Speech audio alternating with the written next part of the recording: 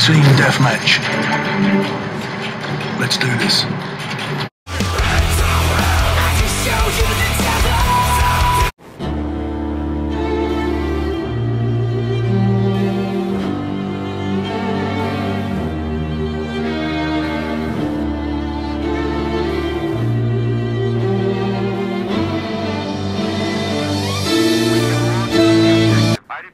Hey everyone, Team Left Match here with his best friend, DarkNinjaSith, once again. And today we're gonna be talking about why FPSs are popular. Okay, if you guys look at the damn Amazon market or GameStop market, pretty much half the games there are FPSs, right? Yeah, it's true. And like the thing about FPSs is, well, there's a few that are classics, like the Halo series and some COD games. And Half-Life, those are great. Yeah, and Half-Life and a bunch of others. A lot of them are just poorly done and made by developers just as a way to get money, which I know all games are made to make money, but some of them have very little thought put into them, which is kind of why I see it as a genre that's not as good as other genres. Yeah, and the thing is, here's a little history on FPSs. There weren't really any of them, or any true FPSs, not until Doom, because you see, back then, gaming was more of a little boy thing. It was like Mario and Sonic. Not that there's anything wrong with them, but teenagers didn't really find it that appealing. Well, not necessarily. Like, a lot of the people that had grown up with Mario and Sonic still played games like that. Yeah, I know, but like, that's more of a nostalgia thing.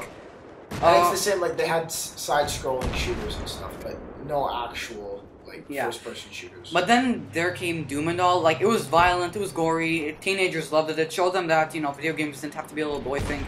And since then, FPSs started becoming popular, although steadily. Like, there was GoldenEye on the Nintendo 64. Which was one of the best games of all time, in my opinion. Yeah, and there was also... actually played it. Yeah, there's also Half-Life and... like Half-Life 1, Half-Life 2, I have to admit, Halo 3 and Halo 1 were also pretty revolutionary, and Call of Duty Modern Warfare 1 and Modern Warfare 2 are pretty revolutionary. In my opinion, one of the biggest revolutions of first-person shooters, and this is really evident in any first-person shooter game you see on the market these days, is multiplayer. Like, before FPSs, there was really no true multiplayer. FPS introduced things like team deathmatch and stuff, which offer countless hours of fun and add to the replayability of the game. But granted, few games actually have a classic multiplayer experience. For example, the Halo series has consistently amazing multiplayer. Battlefield always nails the multiplayer, even if their single player isn't as good. But multiplayer adds a lot of playability to games and creates lots of memorable experiences for gamers. Yeah, and the thing is, gaming reviewers are pretty much aware of this whole thing, and now they're pretty much marking down gameplay and lasting appeal of games if they're an FPS, because they don't really do anything new. Like, if it's just a regular FPS you find on the market, let's say IGN would probably just rate it a 7 or like a 6.5 or something. The game has to pretty much do something new, otherwise it's just going to be frowned upon. Like, let's look at Crysis. Crysis has been known for its gameplay, also features pretty good graphic content that's, you know, visually ahead of its generation, and Halo managed to deliver a pretty good story, and Halo actually is the whole reason why we have FPSs on consoles, because it put consoles online. It showed them that first-person shooters don't really have to be only on PC and all. And I would just like to point out that Halo 2 was actually the first game to use online multiplayer on consoles with Xbox Live. It was the debut game for Xbox Live, which was extremely revolutionary. And even future games have taken a lot of cues from the Halo series, as well as the Call of Duty series. It's a pretty good series, even though it's slightly repetitive. It's still a good series. And actually, the thing is, FPSs didn't really become hyper popular until the release of Modern Warfare 2, because Modern Warfare 2 had this amazing story and all that, and not back then, I meant other game companies wanted to cash in on its success, that they developed first-person shooters of their own. But unless they don't, like I said, unless they don't do anything new in their gameplay, they're going to be looked down upon. Hell, even some game reviewers say that this FPS is living in a post-Modern Warfare 2 world like that. I also would like to point out, though, that a lot of first-person shooters seem to completely disregard single-player campaigns. And the EA label president has actually come out and said that multiplayer is the future of gaming, which I view as one of the biggest flaws of FPSs. When you look at other games that aren't first-person shooters, or even shooters at all, like Skyrim, Arkham City, and LA Noire, all of them are only single-player games and have no online experiences. And there's all beautifully amazing games, and they've all remained at the top of the charts. Skyrim even knocked Modern Warfare 3 off the top of the charts, which shows that despite having all these amazing multiplayer experiences, it is still one of the weaknesses, because obviously single players have disregarded it. And this is obvious in games such as Battlefield 3, where, well, the multiplayer is obviously amazing.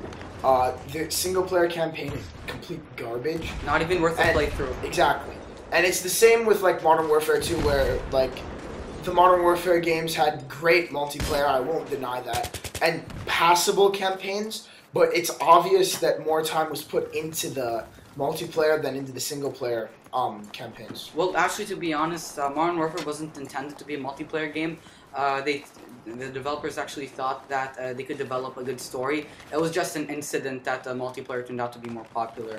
But I guess that most military FPSs don't really deliver any new gameplay and all that. Well, I do have to admit, games like Rainbow Six have managed to deliver solid gameplay in their ability to control squads. While on the other hand, sci-fi first-person shooters tend to all have like a bit of a different gameplay. Like when you compare Halo to Crysis, you're gonna notice a significant difference in the way they play. So if there are any aspiring first-person shooter developers out there, we just like want to let you know that make sure you focus on a good story, and also make sure your game does something new in its gameplay. Like try adding ultra massive maps like Homefront or Battlefields, and have I don't know, 64 and 64 player. Well, that's only feasible on PC, but maybe it'll be feasible on the next console. I would also like to say that military FPSs are really not my thing. I hate them. And I think that they're a pointless waste of people's times. Sure, the multiplayer is okay, but I don't think that you should buy a game based on its multiplayer alone. I'm into first-person shooters. Like, I love Halo, and I love other games like BioShock that have really made first-person shooters amazing without a multiplayer experience.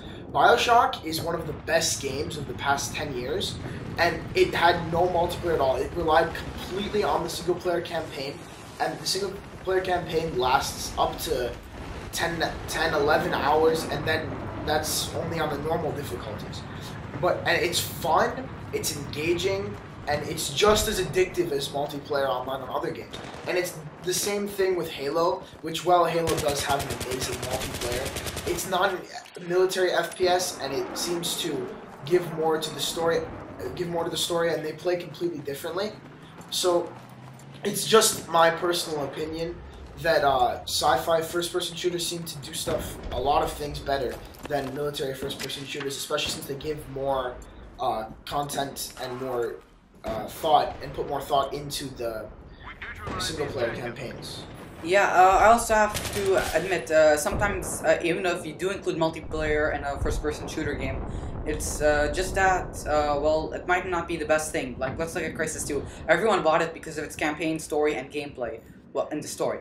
But no one really bought it for the multiplayer. Crysis multiplayer is like utter trash. I doubt we'll be seeing any more Crysis multiplayer vids anytime in the future in my channel. And the thing is, a lot of games like have had multiplayer just added on because people believe that multiplayer is the future of gaming. And a lot of first-person shooters have had this weak multiplayer, which is kind of a letdown.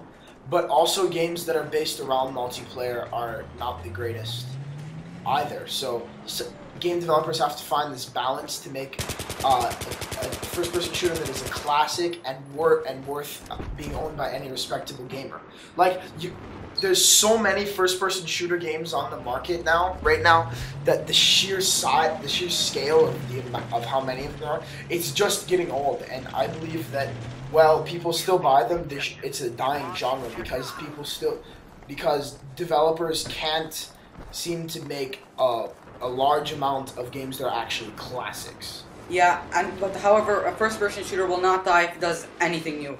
like I said, I can't stress this point enough, but if you do add like 1 or 2, 3 new elements in a game, like how Halo includes Forge mode and all that, well, basically, and your game's a complete package in story and its multiplayer, well, then maybe the FPS genre might not go down after all, just as long as they remain different inside, even though they don't have to be different on the outlook.